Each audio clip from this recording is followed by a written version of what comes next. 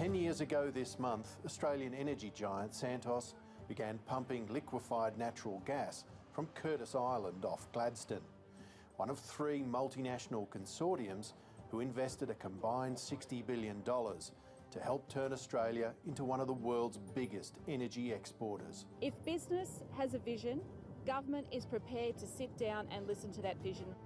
By last year, gas shipped from Curtis Island to customers in Asia and elsewhere accounted for 75% of total East Coast demand, stoking claims the LNG terminals are sucking the domestic market dry, leaving Australian households and businesses short of a commodity the country produces in abundance. For most of the past decade, Gladstone's LNG exporters have been embroiled in a rolling fight with successive governments over how much of their production should be reserved for the country. Just weeks after this year's federal election, Resources Minister Madeleine King put the industry on notice that government is fed up with business as usual. My message today is a well-supplied domestic gas market at a reasonable price is fundamental to the social licence of this industry to operate.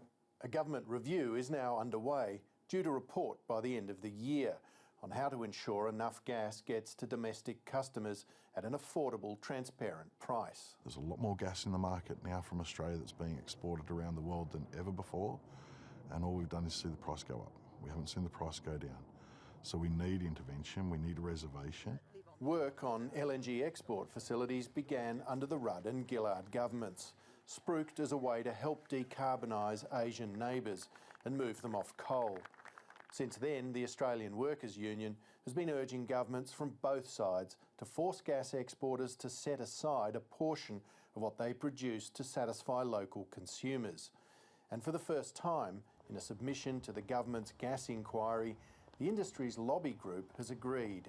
A prospective domestic gas reservation that's linked to new supply can be part of the solution.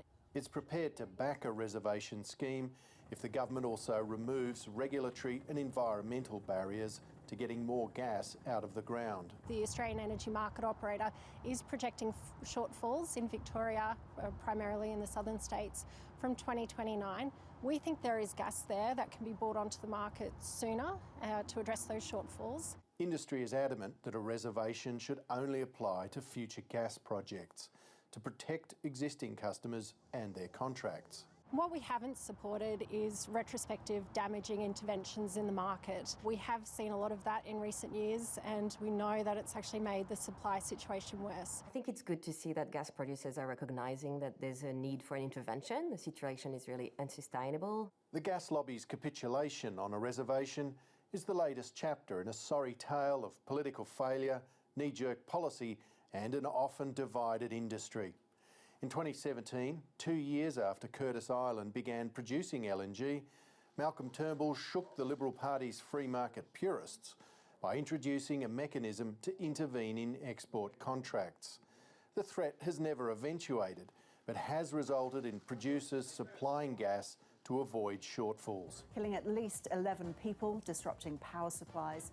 Then, in 2022, the war in Ukraine sent energy prices through the roof. Under pressure from outraged businesses and households, Labor slapped the industry with more rules, including a price cap of $12 a gigajoule. This year, Peter Dutton broke the final taboo on industry intervention in his budget reply.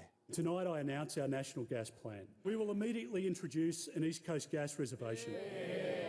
Which critically would have hit existing contracts to foreign customers. Peter Dutton's retrospective call outraged gas investors, but more importantly, it has opened a political opportunity for the current government, which is considering options, including a reservation scheme using a form of export licensing. It's really about protecting Australia's energy security and protecting the future of our manufacturing sector. So this should be a bipartisan issue.